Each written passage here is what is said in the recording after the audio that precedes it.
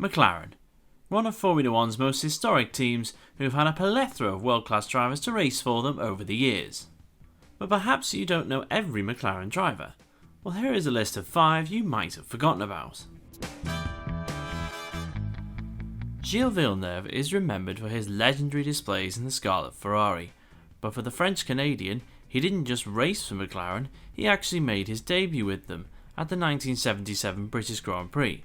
He got the McLaren seat following a recommendation from James Hunt, who, after being invited to the city of Trois-Rivières in Canada to compete in a Formula Atlantic event against Villeneuve, Hunt came back and apparently said that Villeneuve was a natural. McLaren team boss Teddy Meyer offered Villeneuve a drive, and so he raced for them at Silverstone, driving the McLaren M23, with established McLaren drivers Hunt and Jochen Mass driving the newer M26. Despite the weaker car, Villeneuve outqualified Mass by 0.2 of a second and lined up 9th, but would only finish the race in 11th due to a misleading temperature gauge. Meyer decided not to take the option of signing Villeneuve for the 1978 season and instead signed Patrick Tambay. Villeneuve may not have impressed Meyer, but he did impress a certain Enzo Ferrari.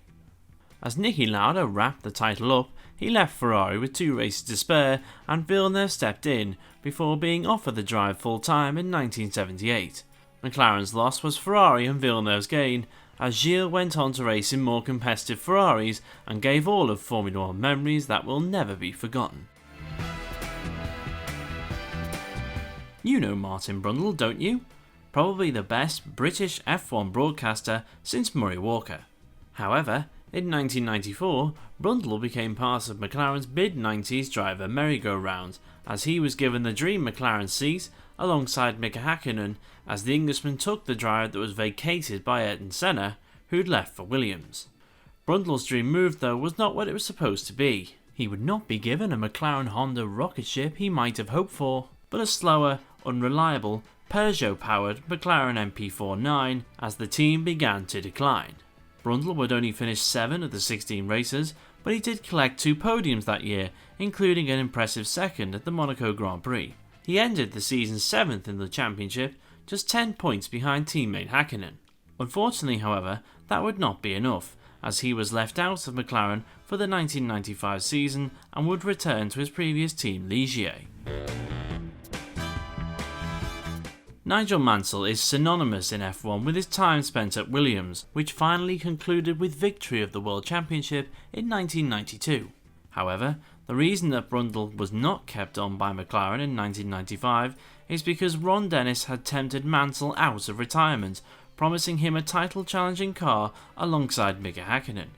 The McLaren MP410 was launched with high praise, tipped for success with a radical design, along with a new Mercedes-powered V10 in the back.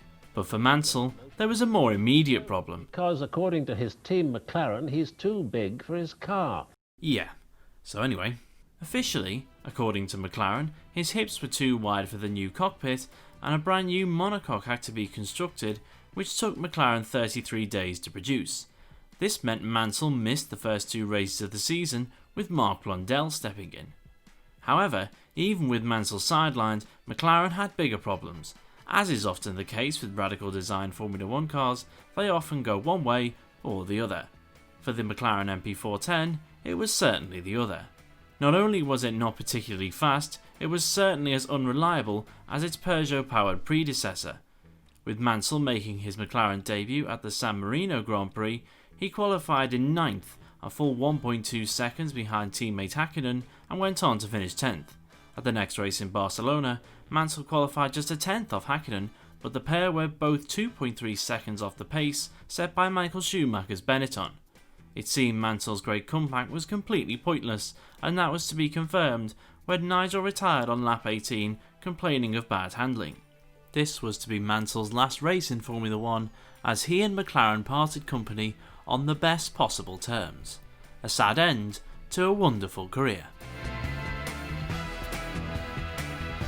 We all remember Kevin Magnussen's time as a McLaren driver in 2014 and 15, but his father, Jan Magnussen, was another member of McLaren's mid-90s driver merry-go-round. Magnussen was McLaren's test driver at the time, but was given his F1 debut at the Pacific Grand Prix, held at the TI circuit in Japan, as the Dane stepped in for Hakkinen, with the flying Finn forced to be sidelined due to surgery for acute appendicitis. Magnussen's performance was less than spectacular, but solid. He qualified 12th, 7/10 behind teammate Brundle, and finished 10th. Magnussen though would not race for McLaren again, going on to compete in a further 23 Grand Prix for Stewart before having a more successful career in sports car racing. Jan was the 6th driver to race for the team in these 2 troubled years, with the other drivers being Hakkinen, Brundle, Philippe Alliot, Marc Blondel and Mansell. As Lewis Hamilton stood in Formula 1 and announced, via Eddie Jordan, that he would leave McLaren for Mercedes at the end of 2012, Sergio Perez was the man given the opportunity to replace him. Similar to Martin Brundle, however, it was a case of the right team at the wrong time. The McLaren MP428 car had several problems during pre-season testing and was largely uncompetitive. After a modest start, things quickly went downhill for Perez when he collided with teammate Jenson Button at the Bahrain Grand Prix. Several accidents would soon follow, including a collision with Kimi Räikkönen at Monaco, as well as a couple of costly crashes in free practice sessions. Across the 19-race season, Perez would finish ahead of Button just 4 times, but had become more consistent with his point scoring in the last 4 races. However, that would not matter, as news arrived at the US Grand Prix that Formula Renault champion Kevin Magnussen would be replacing a furious and shocked Sergio. Ironically, since leaving McLaren and driving with Force India / Racing Point ever since, Perez in each of his 6 seasons with the team so far has outscored his tally of 49 points he picked up with McLaren in 2013, which just goes to prove that perhaps it wasn't necessarily the Mexican underperforming, but more that it was a difficult McLaren to drive. So did you know all of these drivers drove for McLaren? Did McLaren make mistakes not keeping them longer, or should some of these drivers never have been signed in the first place? Let me know what you think in the comments below, and I hope you enjoyed this video, and please subscribe with more to come.